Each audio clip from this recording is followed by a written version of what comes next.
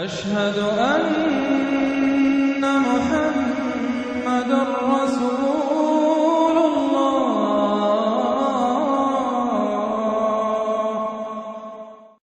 الملک نام پہلے فقرے تبارک الذی بیدہ الملک کے لفظ الملک کو اس سورہ کا نام قرار دیا گیا ہے۔ زمانہ نزول کسی معتبر روایت سے یہ نہیں معلوم ہوتا کہ یہ کس زمانے میں نازل ہوئی ہے، مگر مضامین اور انداز بیان سے صاف معلوم ہوتا ہے کہ یہ مکہ معظمہ کے ابتدائی دور کی نازل شدہ سورتوں میں سے ہے۔ موضوع اور مضمون اس میں ایک طرف مختصر طریقے سے اسلام کی تعلیمات کا تعارف کرایا گیا ہے اور دوسری طرف بڑے مؤثر انداز میں ان لوگوں کو چونکایا گیا ہے جو غفلت میں پڑے ہوئے تھے۔ یہ مکہ معظمہ کی ابتدائی سورتوں کی خصوصیت ہے کہ وہ اسلام کی ساری تعلیمات اور رسول اللہ صلی اللہ علیہ وسلم کے مقصد بعثت کو پیش کرتی ہیں، مگر تفصیل کے ساتھ نہیں بلکہ اختصار کے ساتھ، تاکہ وہ بتدریج لوگوں کے ذہن نشین ہوتی چلی جائیں۔ اس کے ساتھ ان میں زیادہ تر زور اس بات پر صرف کیا جاتا ہے کہ لوگوں کی غفلت دور کی جائے، ان کو سوچنے پر مجبور کیا جائے اور ان کے سوئے ہوئے ضمیر کو بیدار کیا جائے۔ پہلی 5 آیتوں میں انسان کو احساس دلایا گیا ہے کہ وہ جس کائنات میں رہتا ہے وہ ایک انتہائی منظم اور محکم سلطنت ہے، جس میں ڈھونڈے سے بھی کوئی عیب یا نقص یا خلل تلاش نہیں کیا جا سکتا۔ اس سلطنت کو عدم سے وجود میں بھی اللہ تعالی ہی لایا ہے اور اس کی تدبیر و انتظام اور فرمانروائی کے تمام اختیارات بھی بالکلیہ اللہ ہی کے ہاتھ میں ہیں اور اس کی قدرت لامحدود ہے۔ اس کے ساتھ انسان کو یہ بھی بتایا گیا ہے کہ اس انتہائی حکیمانہ نظام میں وہ بے مقصد پیدا نہیں کر دیا گیا ہے، بلکہ یہاں اسے امتحان کے لیے بھیجا گیا ہے اور اس امتحان میں وہ اپنے حسن عمل ہی سے کامیاب ہو سکتا ہے۔ آیت 6 سے 11 تک کفر کے وہ ہولناک نتائج بیان کیے گئے ہیں جو آخرت میں نکلنے والے ہیں، اور لوگوں کو بتایا گیا ہے کہ اللہ تعالیٰ نے اپنے انبیاء کو بھیج کر تمہیں اسی دنیا میں ان نتائج سے خبردار کر دیا ہے۔ اب اگر یہاں تم انبیاء کی بات مان کر اپنا رویہ درست نہ کرو گے تو آخرت میں تمہیں خود اعتراف کرنا پڑے گا کہ جو سزا تم کو دی جا رہی ہے فی الواقع تم اس کے مستحق ہو۔ آیت 12 سے 14 تک یہ حقیقت ذہن نشین کرائی گئی ہے کہ خالق اپنی مخلوق سے بے خبر نہیں ہو سکتا، وہ تمہاری ہر کھلی اور چھپی بات حتیٰ کہ تمہارے دل کے خیالات تک سے واقف ہے، لہذا اخلاق کی صحیح بنیاد یہ ہے کہ انسان اس اندیکھے خدا کی باز پرس سے ڈر کر برائی سے بچے، خواہ دنیا میں کوئی طاقت اس پر گرفت کرنے والی ہو یا نہ ہو، اور دنیا میں اس سے کسی نقصان کا امکان ہو یا نہ ہو۔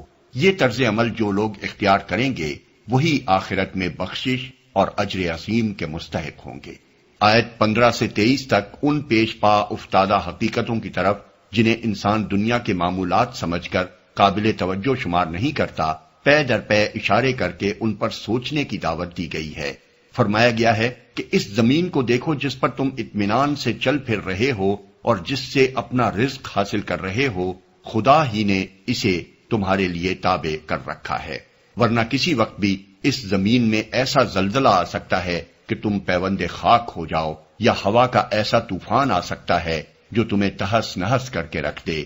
اپنے اوپر اڑنے والے پرندوں کو دیکھو، خدا ہی تو ہے جو انہیں فضا میں تھامے ہوئے ہے۔ اپنے تمام ذرائع و وسائل پر نگاہ ڈال کر دیکھو، خدا اگر تمہیں عذاب میں مبتلا کرنا چاہے تو کون تمہیں اس سے بچا سکتا ہے، اور خدا اگر تمہارے لیے رزق کے دروازے بند کر دے تو کون انہیں کھول سکتا ہے۔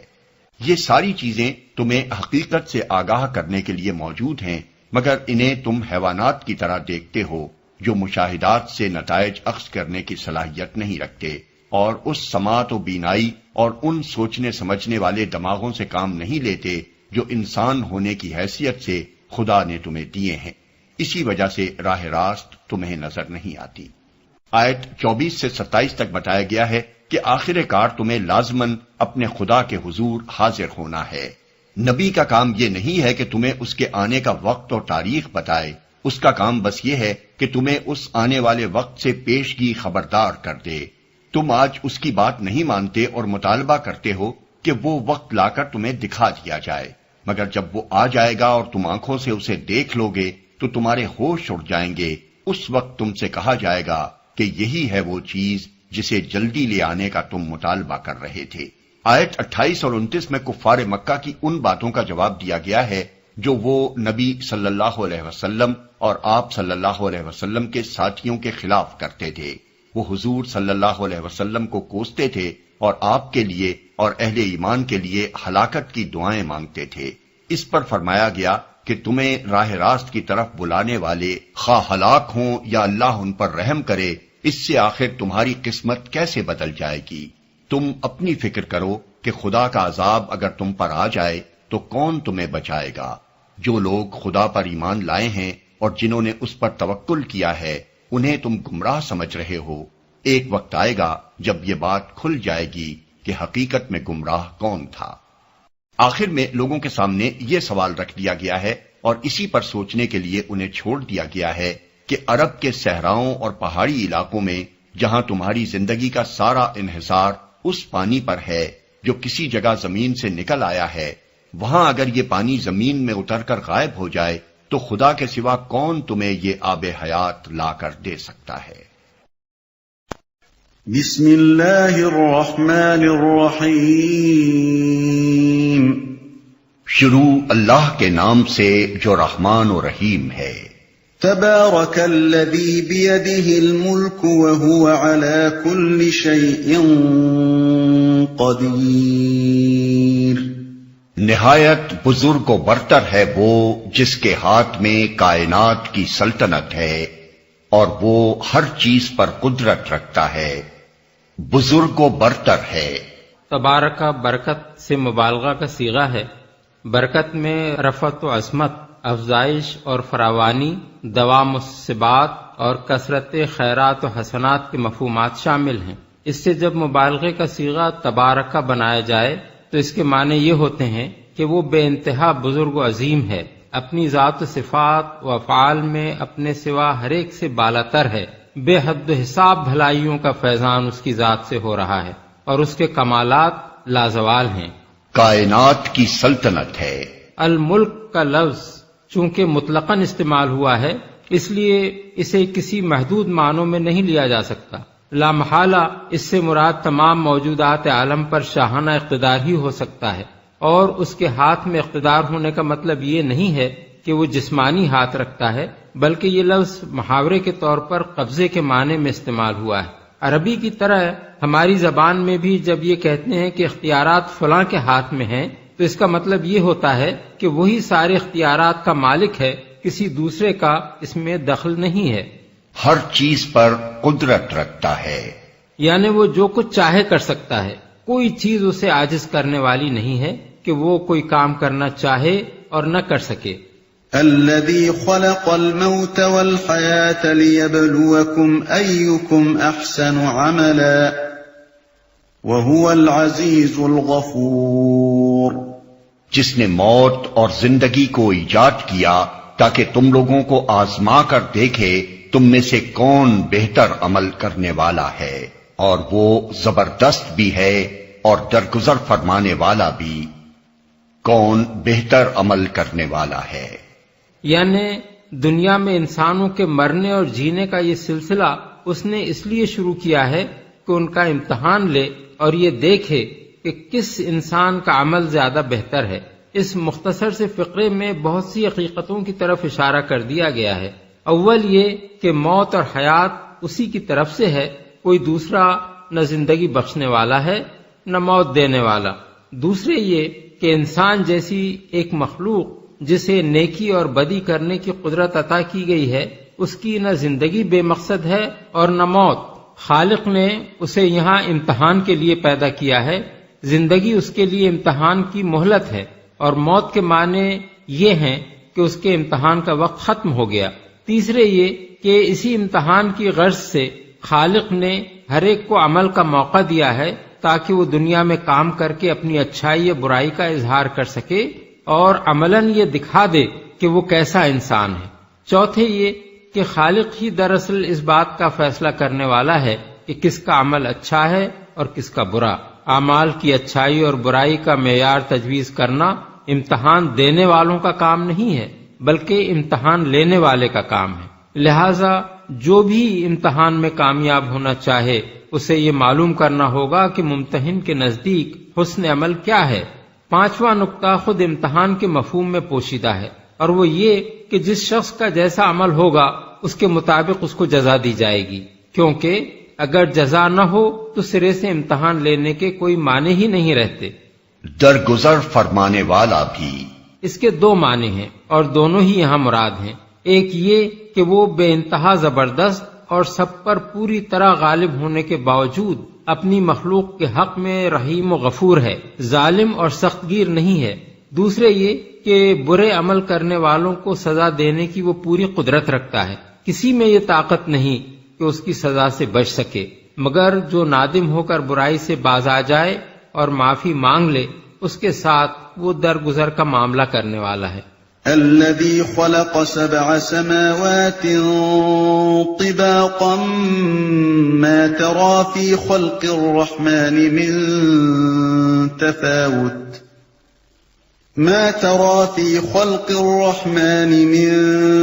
تفاوت فارجع البصر هل ترى من فطور۔ جس نے طے بر طے 7 آسمان بنائے، تم رحمان کی تخلیق میں کسی قسم کی بے ربطی نہ پاؤ گے، پھر پلٹ کر دیکھو کہیں تمہیں کوئی خلل نظر آتا ہے؟ تخلیق میں کسی قسم کی بے ربطی نہ پاؤ گے۔ اصل میں تفاوت کا لفظ استعمال ہوا ہے جس کے معنی ہیں عدم تناسب، ایک چیز کا دوسری چیز سے میل نہ کھانا، انمل بے جوڑ ہونا۔ بس اس ارشاد کا مطلب یہ ہے کہ پوری کائنات میں تم کہیں بدنظمی، بے ترتیبی اور بے ربطی نہ پاؤ گے۔ اللہ کی پیدا کردہ اس دنیا میں کوئی چیز انمل بے جوڑ نہیں ہے، اس کے تمام اجزاء باہم مربوط ہیں اور ان میں کمال درجے کا تناسب پایا جاتا ہے۔ تمہیں کوئی خلل نظر آتا ہے؟ اصل میں لفظ فطور استعمال ہوا ہے جس کے معنی ہیں دراڑ، شگاف، رخنا، پھٹا ہوا ہونا، ٹوٹا پھوٹا ہونا۔ مطلب یہ ہے کہ پوری کائنات کی بندش ایسی چست ہے اور زمین کے ایک ذرے سے لے کر عظیم الشان کہکشانوں تک ہر چیز ایسی مربوط ہے کہ کہیں نظم کائنات کا تسلسل نہیں ٹوٹتا۔ تم خواہ کتنی ہی جستجو کر لو، تمہیں اس میں کسی جگہ کوئی رخنا نہیں مل سکتا۔ ثم ارجع البصر كرتين ينقلب إليك البصر خاسئا وهو حسير۔ بار بار نگاہ دوڑاؤ، تمہاری نگاہ تھک کر نامراد پلٹ آئے گی۔ وَلَقَدْ زَيَّنَّا السَّمَاءَ الدُّنْيَا بِمَصَابِيحَ وَجَعَلْنَاهَا رُجُومًا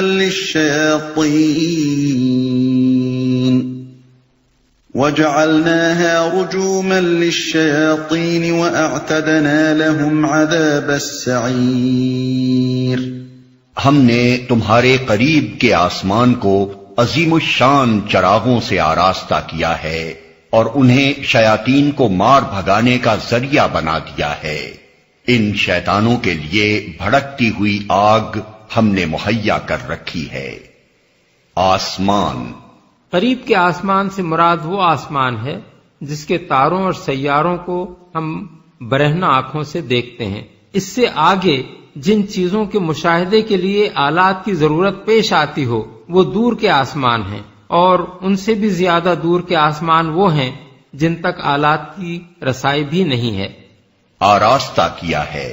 اصل میں لفظ مصابیح نکرہ استعمال ہوا ہے اور اس کے نکرہ ہونے سے خود بخود ان چراغوں کے عظیم الشان ہونے کا مفہوم پیدا ہوتا ہے۔ ارشاد کا مطلب یہ ہے کہ یہ کائنات ہم نے اندھیری اور سنسان نہیں بنائی ہے، بلکہ اسے ستاروں سے خوب مزین اور آراستہ کیا ہے، جس کی شان اور جگمگاہٹ رات کے اندھیروں میں دیکھ کر انسان دنگ رہ جاتا ہے۔ ذریعہ بنا دیا ہے۔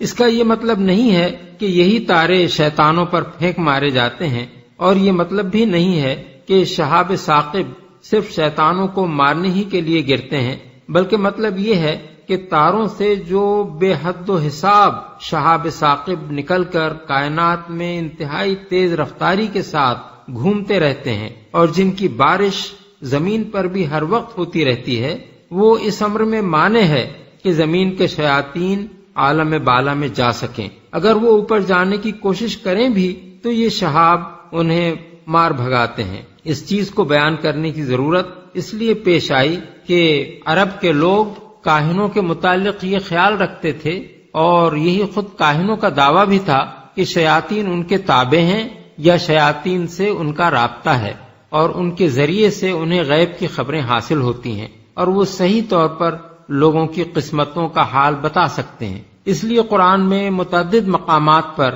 یہ بتایا گیا ہے کہ شیاطین کے عالم بالا میں جانے اور وہاں سے غیب کی خبریں معلوم کرنے کا قطعاً کوئی امکان نہیں ہے۔ رہا یہ سوال کہ ان شہابوں کی حقیقت کیا ہے، تو اس کے بارے میں انسان کی معلومات اس وقت تک کسی قطعی تحقیق سے قاصر ہیں۔ تاہم جس قدر بھی حقائق اور واقعات جدید ترین دور تک انسان کے علم میں آئے ہیں، اور زمین پر گرے ہوئے شہابیوں کے معائنے سے جو معلومات حاصل کی گئی ہیں، ان کی بنا پر سائنسدانوں میں سب سے زیادہ مقبول نظریہ یہی ہے کہ یہ شہابیے کسی سیارے کے انفجار کی بدولت نکل کر فضا میں گھومتے رہتے ہیں اور پھر کسی وقت زمین کی کشش کے دائرے میں آ کر ادھر کا رخ کر لیتے ہیں۔ ملاحظہ ہو انسائکلوپیڈیا بریٹینیکا ایڈیشن سن 1967 جلد 15 لفظ میٹیورائٹس۔ وَلِلَّذِينَ كَفَرُوا بِرَبِّهِمْ عَذَابُ جَهَنَّمَ وَبِئْسَ الْمَصِيرُ۔ جن لوگوں نے اپنے رب سے کفر کیا ہے ان کے لیے جہنم کا عذاب ہے اور وہ بہت ہی برا ٹھکانہ ہے۔ اپنے رب سے کفر کیا ہے یعنی انسان ہو یا شیطان، جن لوگوں نے بھی اپنے رب سے کفر کیا ہے ان کا یہ انجام ہے۔ اذا القوا فيها سمعوا لها شهيقا وهي تفور تكاد تميز من الغيظ كلما ألقي فيها فوج سألهم خزنتها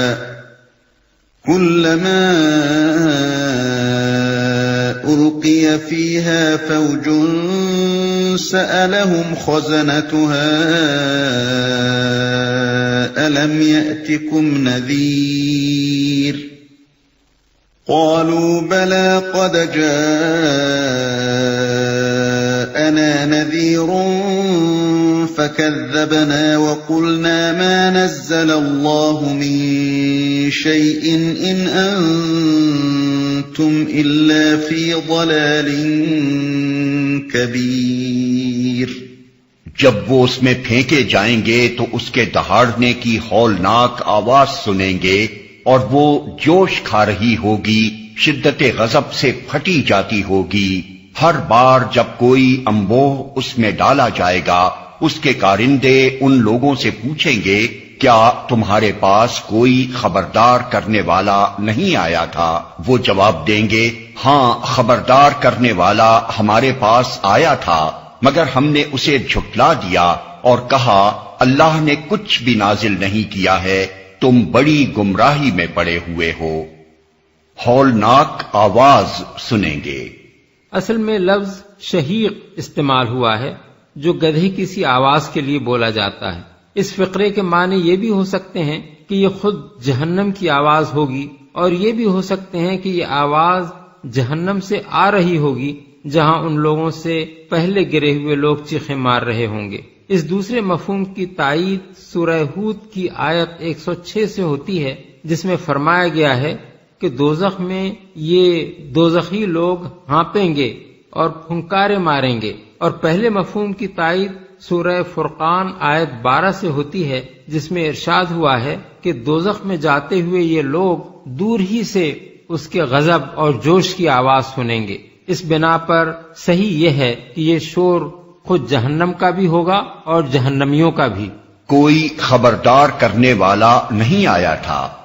اس سوال کی اصل نوعیت سوال کی نہیں ہوگی کہ جہنم کے کارندے ان لوگوں سے یہ معلوم کرنا چاہتے ہوں کہ ان کے پاس اللہ تعالی کی طرف سے کوئی خبردار کرنے والا آیا تھا یا نہیں، بلکہ اس سے مقصود ان کو اس بات کا قائل کرنا ہوگا کہ انہیں جہنم میں ڈال کر ان کے ساتھ کوئی بے انصافی نہیں کی جا رہی ہے. اس لیے وہ خود ان کی زبان سے یہ اقرار کرانا چاہیں گے کہ اللہ تعالیٰ نے ان کو بے خبر نہیں رکھا تھا. ان کے پاس انبیاء بھیجے تھے، ان کو بتا دیا تھا کہ حقیقت کیا ہے اور وہ راہ راست کون سی ہے، اور ان کو متنبہ کر دیا تھا کہ اس راہ راست کے خلاف چلنے کا نتیجہ اسی جہنم کا ایندھن بننا ہوگا جس میں اب وہ جھونکے گئے ہیں. مگر انہوں نے انبیاء کی بات نہ مانی، لہذا اب جو سزا انہیں دی جا رہی ہے وہ فی الواقع اس کے مستحق ہیں. یہ بات قرآن مجید میں بار بار ذہن نشین کرائی گئی ہے کہ اللہ تعالیٰ نے جس امتحان کے لیے دنیا میں انسان کو بھیجا ہے وہ اس طرح نہیں لیا جا رہا ہے کہ اسے بالکل بے خبر رکھ کر یہ دیکھا جا رہا ہو کہ وہ خود راہ راست پاتا ہے یا نہیں، بلکہ اسے راہ راست بتانے کا جو معقول ترین انتظام ممکن تھا وہ اللہ نے پوری طرح کر دیا ہے. اور وہ یہی انتظام ہے کہ انبیاء بھیجے گئے ہیں اور کتابیں نازل کی گئی ہیں. اب انسان کا سارا امتحان اس امر میں ہے کہ وہ انبیاء علیہم السلام اور ان کی لائی ہوئی کتابوں کو مان کر سیدھا راستہ اختیار کرتا ہے یا ان سے منہ موڑ کر خود اپنی خواہشات اور تخیلات کے پیچھے چلتا ہے. اس طرح نبوت در حقیقت اللہ تعالیٰ کی وہ حجت ہے جو اس نے انسان پر قائم کر دی ہے، اور اسی کے ماننے یا نہ ماننے پر انسان کے مستقبل کا انحصار ہے. انبیاء کے آنے کے بعد کوئی شخص یہ عذر پیش نہیں کر سکتا کہ ہم حقیقت سے آگاہ نہ تھے، ہمیں اندھیرے میں رکھ کر ہم کو اتنے بڑے امتحان میں ڈالا گیا اور اب ہمیں بے قصور سزا دی جا رہی ہے. اس مضمون کو اتنی بار اتنے مختلف طریقوں سے قرآن میں بیان کیا گیا ہے کہ اس کا شمار مشکل ہے. مثال کے طور پر حسب ذیل مقامات ملاحظہ ہوں. تفہیم القرآن جلد اول سورہ البقرہ آیت 213، سورہ النساء آیات 41 اور 42، آیت 165، سورہ الانعام آیات 130 اور 131، جلد دوم سورہ بنی اسرائیل آیت 15، جلد سوم سورہ طٰہٰ آیت 134، سورہ القصص آیت 47، آیت 59، آیت 65، جلد چہارم سورہ فاطر آیت 37، سورہ المومن آیت 50۔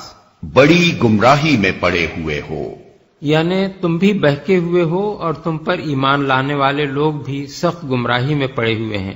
وَقَالُوا لَوْ كُنَّا نَسْمَعُ أَوْ نَعْقِلُ مَا كُنَّا فِي أَصْحَابِ السَّعِيرِ فَاعْتَرَفُوا بِذَنبِهِمْ فَسُحْقًا لِأَصْحَابِ السَّعِيرِ۔ اور وہ کہیں گے کاش ہم سنتے یا سمجھتے تو آج اس بھڑکتی ہوئی آگ کے سزاواروں میں نہ شامل ہوتے۔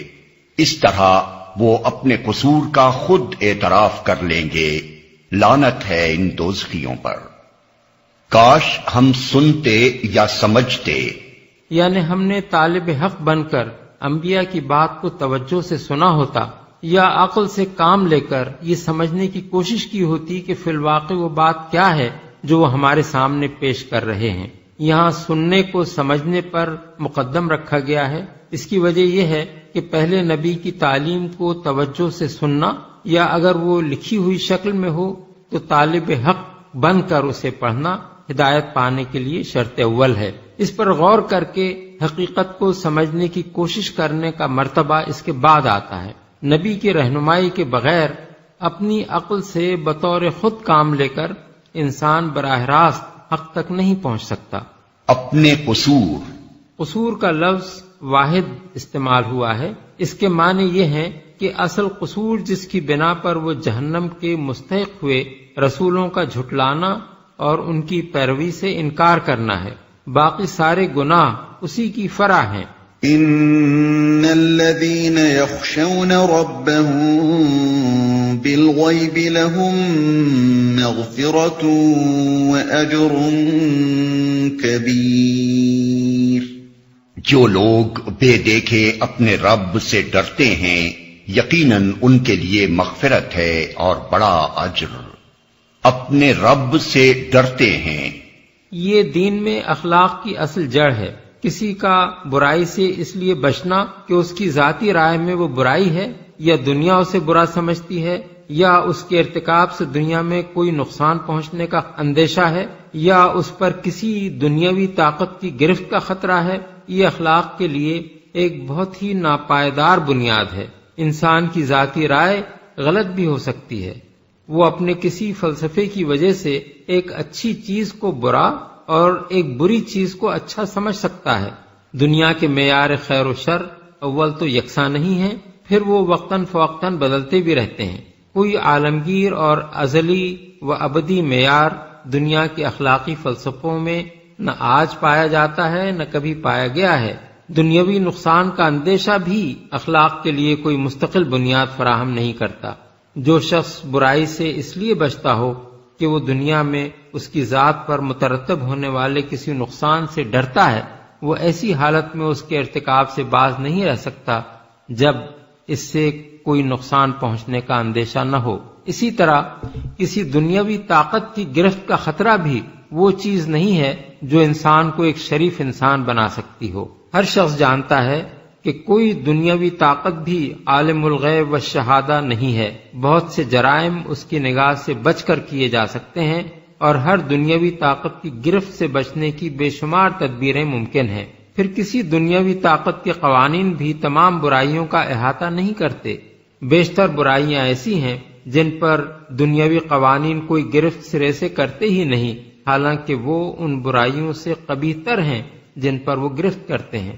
اس لیے دین حق نے اخلاق کی پوری عمارت اس بنیاد پر کھڑی کی ہے کہ اس اندیکھے خدا سے ڈر کر برائی سے اجتناب کیا جائے جو ہر حال میں انسان کو دیکھ رہا ہے، جس کی گرفت سے انسان بچ کر کہیں نہیں جا سکتا، جس نے خیر و شر کا ایک ہمگیر، عالمگیر اور مستقل معیار انسان کو دیا ہے۔ اسی کے ڈر سے بدی کو چھوڑنا اور نیکی کو اختیار کرنا وہ اصل بھلائی ہے جو دین کی نگاہ میں قابل قدر ہے۔ اس کے سوا کسی دوسری وجہ سے اگر کوئی انسان بدی نہیں کرتا یا اپنی ظاہری شکل کے اعتبار سے جو افعال نیکی میں شمار ہوتے ہیں ان کو اختیار کرتا ہے، تو آخرت میں اس کے یہ اخلاق کسی قدر اور وزن کے مستحق نہ ہوں گے، کیونکہ ان کی مثال اس عمارت کی سی ہے جو ریت پر تعمیر ہوئی ہے۔ بڑا اجر، یعنی خدا سے بالغیب ڈرنے کے دو لازمی نتائج ہیں۔ ایک یہ کہ جو قصور بھی بشری کمزوریوں کی بنا پر آدمی سے سرزد ہو گئے ہوں وہ معاف کر دیے جائیں گے، بشرطے کہ ان کی تہ میں خدا سے بے خوفی کار فرما نہ ہو۔ دوسرے یہ کہ جو نیک اعمال بھی انسان اس عقیدے کے ساتھ انجام دے گا اس پر وہ بڑا اجر پائے گا۔ وَأَسِرُّوا قَوْلَكُمْ أَوِ اجْهَرُوا بِهِ إِنَّهُ عَلِيمٌ بِذَاتِ الصُّدُورِ أَلَا يَعْلَمُ مَنْ خَلَقَ وَهُوَ اللَّطِيفُ الْخَبِيرُ۔ تم خواہ چپکے سے بات کرو یا اونچی آواز سے، اللہ کے لیے یکساں ہے، وہ تو دلوں کا حال تک جانتا ہے۔ کیا وہی نہ جانے گا جس نے پیدا کیا ہے، حالانکہ وہ باریک بین اور باخبر ہے، دلوں کا حال تک جانتا ہے۔ یہ بات تمام انسانوں کو خطاب کر کے فرمائی گئی ہے، خواہ وہ مومن ہو یا کافر۔ مومن کے لیے اس میں یہ تلقین ہے کہ اسے دنیا میں زندگی بسر کرتے ہوئے ہر وقت یہ احساس اپنے ذہن میں تازہ رکھنا چاہیے کہ اس کے کھلے اور چھپے اقوال و اعمال ہی نہیں، اس کی نیتیں اور اس کے خیالات تک اللہ سے مخفی نہیں ہیں۔ اور کافر کے لیے اس میں یہ تنبیہ ہے کہ وہ اپنی جگہ خدا سے بے خوف ہو کر جو کچھ چاہے کرتا رہے، اس کی کوئی بات اللہ کی گرفت سے چھوٹی نہیں رہ سکتی۔ جس نے پیدا کیا ہے۔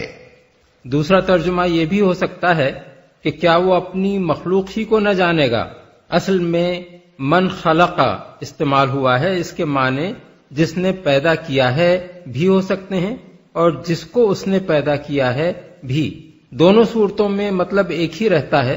یہ دلیل ہے اس بات کی جو اوپر کے فقرے میں ارشاد ہوئی ہے، یعنی یہ آخر کیسے ممکن ہے کہ خالق اپنی مخلوق سے بے خبر ہو؟ مخلوق خود اپنے آپ سے بے خبر ہو سکتی ہے مگر خالق اس سے بے خبر نہیں ہو سکتا۔ تمہاری رگ رگ اس نے بنائی ہے، تمہارے دل و دماغ کا ایک ایک ریشہ اس کا بنایا ہوا ہے، تمہارا ہر سانس اس کے جاری رکھنے سے جاری ہے، تمہارا ہر عضو اس کی تدبیر سے کام کر رہا ہے، اس سے تمہاری کوئی بات کیسے چھپی رہ سکتی ہے؟ باریک بین، اصل میں لفظ لطیف استعمال ہوا ہے جس کے معنی غیر محسوس طریقے سے کام کرنے والے کے بھی ہیں اور پوشیدہ حقائق کو جاننے والے کے بھی۔ هو الذي جعل لكم الأرض ذلولا فامشوا في مناكبها وكلوا من رزقه وإليه النشور۔ وہی تو ہے جس نے تمہارے لیے زمین کو تابع کر رکھا ہے، چلو اس کی چھاتی پر اور کھاؤ خدا کا رزق، اسی کے حضور تمہیں دوبارہ زندہ ہو کر جانا ہے۔ خدا کا رزق یعنی یہ زمین تمہارے لیے آپ سے آپ تابع نہیں بن گئی ہے، اور وہ رزق بھی جو تم کھا رہے ہو خود بخود یہاں پیدا نہیں ہو گیا ہے، بلکہ اللہ نے اپنی حکمت اور قدرت سے اس کو ایسا بنایا ہے کہ یہاں تمہاری زندگی ممکن ہوئی، اور یہ عظیم الشان قرہ ایسا پرسکون بن گیا کہ تم اطمینان سے اس پر چل پھر رہے ہو، اور ایسا خوان نعمت بن گیا کہ اس میں تمہارے لیے زندگی بسر کرنے کا بے حد و حساب سر و سامان موجود ہے۔ اگر تم غفلت میں مبتلا نہ ہو اور کچھ ہوش سے کام لے کر دیکھو تو تمہیں معلوم ہو کہ زمین کو تمہاری زندگی کے قابل بنانے اور اس کے اندر رزق کے اتھاہ خزانے جمع کر دینے میں کتنی حکمتیں کار فرما ہیں۔ دوبارہ زندہ ہو کر جانا ہے، یعنی اس زمین پر چلتے پھرتے اور خدا کا بخشا ہوا رزق کھاتے ہوئے اس بات کو نہ بھولو کہ آخر کار تمہیں ایک دن خدا کے حضور حاضر ہونا ہے۔ أَأَمِنْتُمْ مَنْ فِي السَّمَاءِ أَنْ يَخْسِفَ بِكُمُ الْأَرْضَ فَإِذَا هِيَ تَمُورُ۔ کیا تم اس سے بے خوف ہو کہ وہ جو آسمان میں ہے تمہیں زمین میں دھسا دے اور یکا یک یہ زمین جھکولے کھانے لگے جو آسمان میں ہے؟ اس کا یہ مطلب نہیں ہے کہ اللہ تعالیٰ آسمان میں رہتا ہے، بلکہ یہ بات اس لحاظ سے فرمائی گئی ہے کہ انسان فطری طور پر جب خدا سے رجوع کرنا چاہتا ہے تو آسمان کی طرف دیکھتا ہے، دعا مانگتا ہے تو آسمان کی طرف ہاتھ اٹھاتا ہے، کسی آفت کے موقع پر جب سب سہاروں سے مایوس ہوتا ہے تو آسمان کا رخ کر کے خدا سے فریاد کرتا ہے، کوئی ناگہانی بلا آ پڑتی ہے تو کہتا ہے یہ اوپر سے نازل ہوئی ہے، غیر معمولی طور پر حاصل ہونے والی چیز کے متعلق کہتا ہے یہ عالم بالا سے آئی ہے۔ اللہ تعالیٰ کی بھیجی ہوئی کتابوں کو کتب سماوی یا کتب آسمانی کہا جاتا ہے۔ ابو داؤد میں حضرت ابو ہریرہ کی روایت ہے کہ ایک شخص ایک کالی لونڈی کو لے کر رسول اللہ صلی اللہ علیہ وسلم کی خدمت میں حاضر ہوا اور عرض کیا کہ مجھ پر ایک مومن غلام کرنا واجب ہو گیا ہے، کیا میں اس لونڈی کو آزاد کر سکتا ہوں؟ حضور نے اس لونڈی سے پوچھا اللہ کہاں ہے؟ اس نے انگلی سے آسمان کی طرف اشارہ کر دیا۔ حضور نے پوچھا اور میں کون ہوں؟ اس نے پہلے آپ کی طرف اور پھر آسمان کی طرف اشارہ کیا، جس سے اس کا یہ مطلب واضح ہو رہا تھا کہ آپ اللہ کی طرف سے آئے ہیں۔ اس پر حضور نے فرمایا اسے آزاد کر دو، یہ مومنہ ہے۔ اسی سے ملتا جلتا قصہ موطا، مسلم اور نسائی میں بھی روایت ہوا ہے۔ حضرت خولہ بن ثعلبہ کے متعلق حضرت عمر نے ایک مرتبہ لوگوں سے فرمایا یہ وہ خاتون ہیں جن کی شکایت 7 آسمانوں پر سنی گئی۔ تفسیر سورہ مجادلہ میں ہم اس کی تفصیل نقل کر چکے ہیں۔ ان ساری باتوں سے ظاہر ہوتا ہے کہ یہ بات کچھ انسان کی فطرت ہی میں ہے کہ وہ جب خدا کا تصور کرتا ہے تو اس کا ذہن نیچے زمین کی طرف نہیں بلکہ اوپر آسمان کی طرف جاتا ہے۔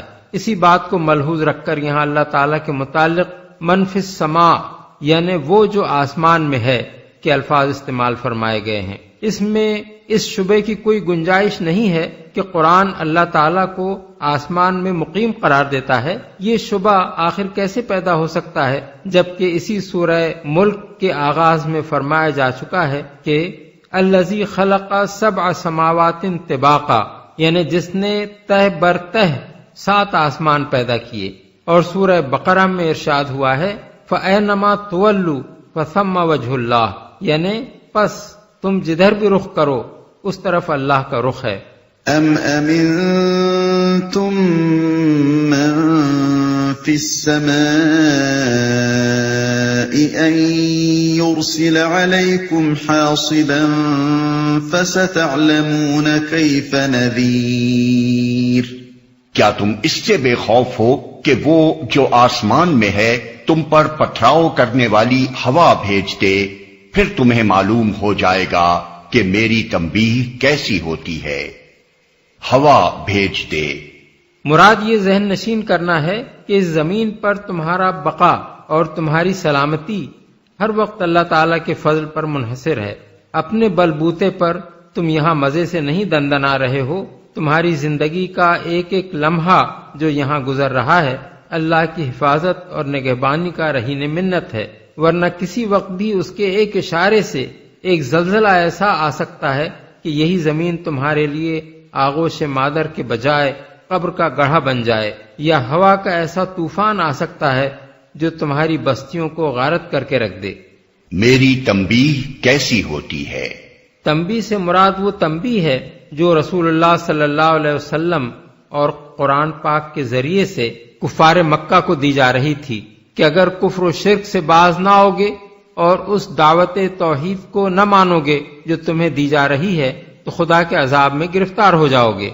وَلَقَدْ كَذَّبَ الَّذِينَ مِن قَبْلِهِمْ فَكَيْفَ كَانَ نَكِيرٌ۔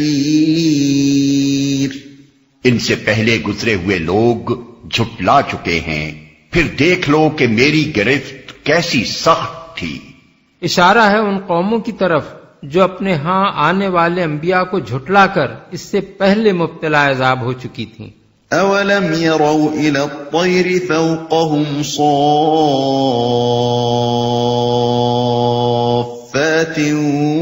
ويقبضن ما يمسكهن الا الرحمن انه بكل شيء بصیر۔ کیا یہ لوگ اپنے اوپر اڑنے والے پرندوں کو پر پھیلائے اور سکیڑتے نہیں دیکھتے؟ رحمان کے سوا کوئی نہیں جو انہیں تھامے ہوئے ہو، وہی ہر چیز کا نگہبان ہے، تھامے ہوئے ہو۔ یعنی ایک ایک پرندہ جو ہوا میں اڑ رہا ہے خدائے رحمان کی حفاظت میں اڑ رہا ہے، اسی نے ہر پرندے کو وہ ساخت عطا فرمائی جس سے وہ اڑنے کے قابل ہوا، اسی نے ہر پرندے کو اڑنے کا طریقہ سکھایا، اسی نے ہوا کو ان قوانین کا پابند کیا جن کی بدولت ہوا سے زیادہ بھاری جسم رکھنے والی چیزوں کا اس میں اڑنا ممکن ہوا، اور وہی ہر اڑنے والے کو فضا میں تھامے ہوئے ہے، ورنہ جس وقت بھی اللہ اپنی حفاظت اس سے ہٹا لے وہ زمین پر آ رہے۔ نگہبان یعنی کچھ پرندوں ہی پر موقوف نہیں، جو چیز بھی دنیا میں موجود ہے اللہ کی نگہبانی کی بدولت موجود ہے، وہی ہر شے کے لیے وہ اسباب فراہم کر رہا ہے جو اس کے وجود کے لیے درکار ہیں، اور وہی اس بات کی نگرانی کر رہا ہے کہ اس کی پیدا کردہ ہر مخلوق کو اس کی ضروریات بہم پہنچیں۔ امن هذا الذي هو جند لكم ينصركم من دون الرحمن ان الكافرون الا في غرور۔ بتاؤ آخر وہ کون سا لشکر تمہارے پاس ہے جو رحمان کے مقابلے میں تمہاری مدد کر سکتا ہے؟ حقیقت یہ ہے کہ یہ منکرین دھوکے میں پڑے ہوئے ہیں۔ مدد کر سکتا ہے۔ دوسرا ترجمہ یہ بھی ہو سکتا ہے کہ رحمان کے سوا وہ کون ہے جو تمہارا لشکر بنا ہوا تمہاری دستگیری کرتا ہو۔ ہم نے متن میں جو ترجمہ کیا ہے وہ آگے کے فقرے سے مناسبت رکھتا ہے، اور اس دوسرے ترجمے کی مناسبت پچھلے سلسلہ کلام سے ہے۔ امن هذا الذي يرزقكم ان امسك رزقه بل لجوا في عتو ونفور۔ یا پھر بتاؤ کون ہے جو تمہیں رزق دے سکتا ہے اگر رحمان اپنا رزق روک لے؟ دراصل یہ لوگ سرکشی اور حق سے گریز پر اڑے ہوئے ہیں۔ أَفَمَن يَمْشِي مُكِبًّا عَلَى وَجْهِهِ أَهْدَىٰ أَمَّن يَمْشِي سَوِيًّا عَلَى صِرَاطٍ مُّسْتَقِيمٍ بھلا سوچو جو شخص منہ اوندھائے چل رہا ہو وہ زیادہ صحیح راہ پانے والا ہے یا وہ جو سر اٹھائے سیدھا ایک ہموار سڑک پر چل رہا ہو، منہ اوندھائے چل رہا ہو؟ یعنی جانوروں کی طرح منہ نیچا کیے ہوئے اسی ڈگر پہ چلا جا رہا ہو جس پر کسی نے اسے ڈال دیا ہو۔ قُلْ هُوَ الَّذِي أَنشَأَكُمْ وَجَعَلَ لَكُمُ السَّمْعَ وَالْأَبْصَارَ وَالْأَفْئِدَةَ قَلِيلًا مَا تَشْكُرُونَ۔ ان سے کہو اللہ ہی ہے جس نے تمہیں پیدا کیا، تم کو سننے اور دیکھنے کی طاقتیں دیں اور سوچنے سمجھنے والے دل دیے، مگر تم کم ہی شکر ادا کرتے ہو۔ یعنی اللہ نے تو تمہیں انسان بنایا تھا، جانور نہیں بنایا تھا۔ تمہارا کام یہ نہیں تھا کہ جو گمراہی بھی دنیا میں پھیلی ہوئی ہو اس کے پیچھے آنکھیں بند کر کے چل پڑو اور کچھ نہ سوچو کہ جس راہ پر تم جا رہے ہو وہ صحیح بھی ہے یا نہیں۔ یہ کان تمہیں اس لیے تو نہیں دیے گئے تھے کہ جو شخص تمہیں صحیح اور غلط کا فرق سمجھانے کی کوشش کرے اس کی بات سن کر نہ دو، اور جو غلط سلط باتیں پہلے سے تمہارے دماغ میں بیٹھی ہوئی ہیں انہی پر اڑے رہو۔ یہ آنکھیں تمہیں اس لیے تو نہیں دی گئی تھیں کہ اندھے بن کر دوسروں کی پیروی کرتے رہو اور خود اپنی بینائی سے کام لے کر یہ نہ دیکھو کہ زمین سے آسمان تک ہر طرف جو نشانیاں پھیلی ہوئی ہیں وہ آیا اس توحید کی شہادت دے رہی ہیں جسے خدا کا رسول پیش کر رہا ہے، یا یہ شہادت دے رہی ہیں کہ یہ سارا نظام کائنات بے خدا ہے یا بہت سے خدا اس کو چلا رہے ہیں۔ اسی طرح یہ دل و دماغ بھی تمہیں اس لیے نہیں دیے گئے تھے کہ تم سوچنے سمجھنے کا کام دوسروں کے حوالے کر کے ہر اس طریقے کی پیروی کرنے لگو جو دنیا میں کسی نے جاری کر دیا ہے، اور اپنی عقل سے کام لے کر یہ سوچنے کی کوئی زحمت گوارا نہ کرو کہ وہ غلط ہے یا صحیح۔ اللہ نے علم و عقل اور سماعت و بینائی کی یہ نعمتیں تمہیں حق شناسی کے لیے دی تھیں، تم ناشکری کر رہے ہو کہ ان سے اور سارے کام تو لیتے ہو مگر بس وہی ایک کام نہیں لیتے جس کے لیے یہ دی گئی تھیں۔ قُلْ هُوَ الَّذِي ذَرَأَكُمْ فِي الْأَرْضِ وَإِلَيْهِ تُحْشَرُونَ۔ ان سے کہو اللہ ہی ہے جس نے تمہیں زمین میں پھیلایا ہے اور اسی کی طرف تم سمیٹے جاؤ گے۔ یعنی مرنے کے بعد دوبارہ زندہ کر کے ہر گوشے زمین سے گھیر لائے جاؤ گے اور اس کے سامنے حاضر کر دیے جاؤ گے۔ وَيَقُولُونَ مَتَى هَذَا الْوَعْدُ إِن كُنتُمْ صَادِقِينَ قُلْ إِنَّمَا الْعِلْمُ عِندَ اللَّهِ وَإِنَّمَا أَنَا نَذِيرٌ مُبِينٌ۔ یہ کہتے ہیں اگر تم سچے ہو تو بتاؤ یہ وعدہ کب پورا ہوگا؟ کہو اس کا علم تو اللہ کے پاس ہے، میں تو بس صاف صاف خبردار کر دینے والا ہوں۔ وعدہ کب پورا ہوگا؟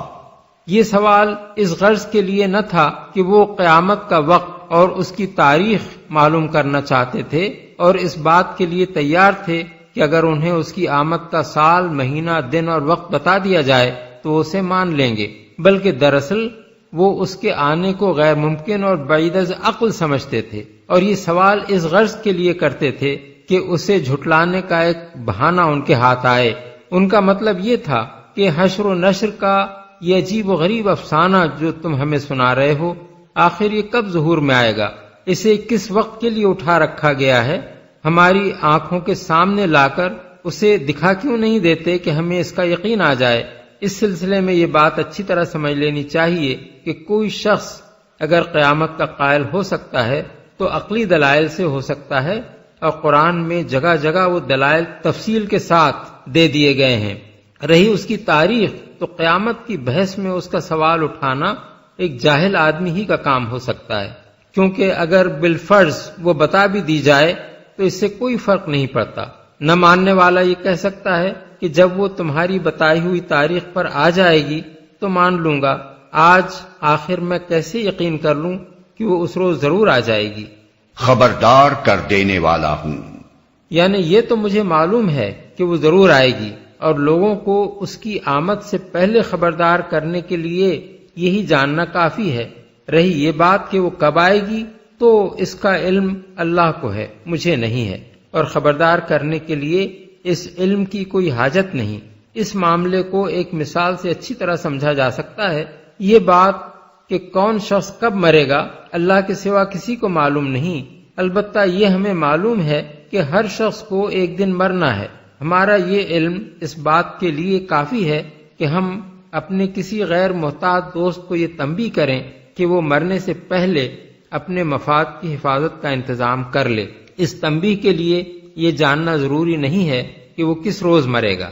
فَلَمَّا رَأَوْهُ زُلْفَةً سِيئَتْ وُجُوهُ الَّذِينَ كَفَرُوا وَقِيلَ هَذَا الَّذِي كُنتُم بِهِ تَدَّعُونَ۔ پھر جب یہ اس چیز کو قریب دیکھ لیں گے تو ان سب لوگوں کے چہرے بگڑ جائیں گے جنہوں نے انکار کیا ہے، اور اس وقت ان سے کہا جائے گا کہ یہی ہے وہ چیز جس کے لیے تم تقاضے کر رہے تھے، جنہوں نے انکار کیا ہے۔ یعنی ان کا وہی حال ہوگا جو پھانسی کے تختے کی طرف لے جائے جانے والے کسی مجرم کا ہوتا ہے۔ قُلْ أَرَأَيْتُمْ إِنْ أَهْلَكَنِيَ اللَّهُ وَمَن مَّعِيَ أَوْ رَحِمَنَا فَمَن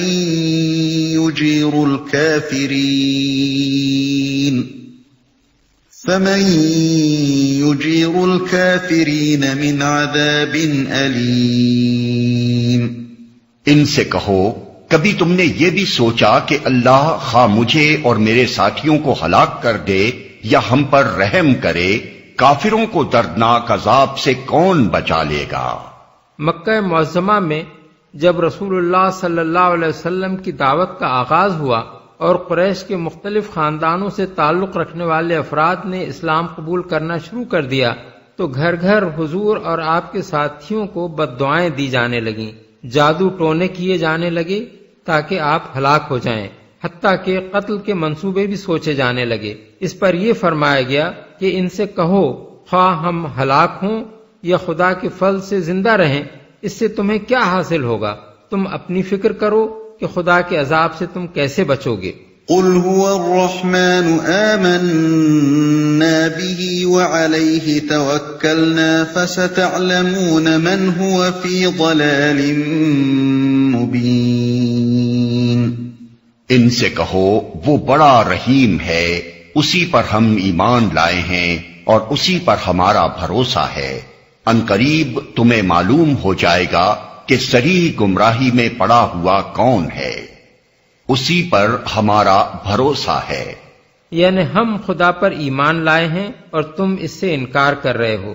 ہمارا بھروسہ خدا پر ہے اور تمہارا اپنے جتھوں اور اپنے وسائل اور اپنے معبودان غیر اللہ پر، اس لیے خدا کی رحمت کے مستحق ہم ہو سکتے ہیں، نہ کہ تم۔ قُلْ أَرَأَيْتُمْ إِنْ أَصْبَحَ مَاؤُكُمْ غَوْرًا فَمَنْ يَأْتِيكُمْ بِمَاءٍ مَّعِينٍ۔ ان سے کہو، کبھی تم نے یہ بھی سوچا کہ اگر تمہارے کنوؤں کا پانی زمین میں اتر جائے تو کون ہے جو اس پانی کی بہتی ہوئی سوتیں تمہیں نکال کر لا دے گا؟ یعنی کیا خدا کے سوا کسی میں یہ طاقت ہے کہ ان سوتوں کو پھر سے جاری کر دے؟ اگر نہیں ہے اور تم جانتے ہو کہ نہیں ہے تو پھر عبادت کا مستحق خدا ہے یا تمہارے وہ معبود جو انہیں جاری کرنے کی کوئی قدرت نہیں رکھتے؟ اس کے بعد تم خود اپنے ضمیر سے پوچھو کہ گمراہ خدا واحد کو ماننے والے ہیں یا وہ جو شرک کر رہے ہیں۔